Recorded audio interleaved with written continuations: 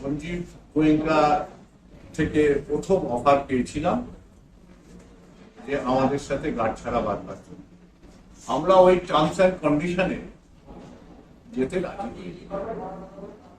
তার কারণ যে আমরা ওই পার থেকে এসছি একবার জেনারেট হয়ে, এসে এই উদ্বাস্তুর ক্লাব যারা রক্ত দিয়ে তৈরি করেছে তাদের থেকে হস্তান্তর করে কাউকে দিয়ে দেবো, এটা আমরা হতে দিতে চাইনি। তার জন্য ওনাদের সাথে আমরা এগ্রিমেন্টটা করি।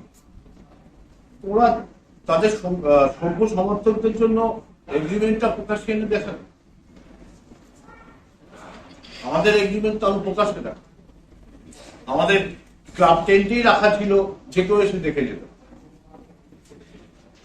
তবে আজকের দিনে আমি এই বিতর্কটা চাই না, এটা তোলা থাক। যদি ওদের ক্লাব থেকে দাবি করা হয় কটা আইএসএল তারা পেয়েছে, তখন এর উত্তর দেবে। অন্য ক্লাবের কি হয়েছে সেটা নিয়ে আমাদের ক্লাব অগ্রসর হবে না। আমাদের ক্লাবের জাতীয় ক্যাম্পে জয়েন করেছে, আনোয়ার ছাড়া সবাই জয়েন করেছে। তার কারণ আনোয়ারের একটা ইনজুরি আছে, সবাই জানে। আনোয়ার ব্যাপারটা আগের থেকেই তাদের কাছে ব্যক্ত করা হয়েছিল। বাকি দেখা যাবে ইনজুরি কি হলে কি হবে। ইনজুরি তো পার্ট অফ দ্য গেম।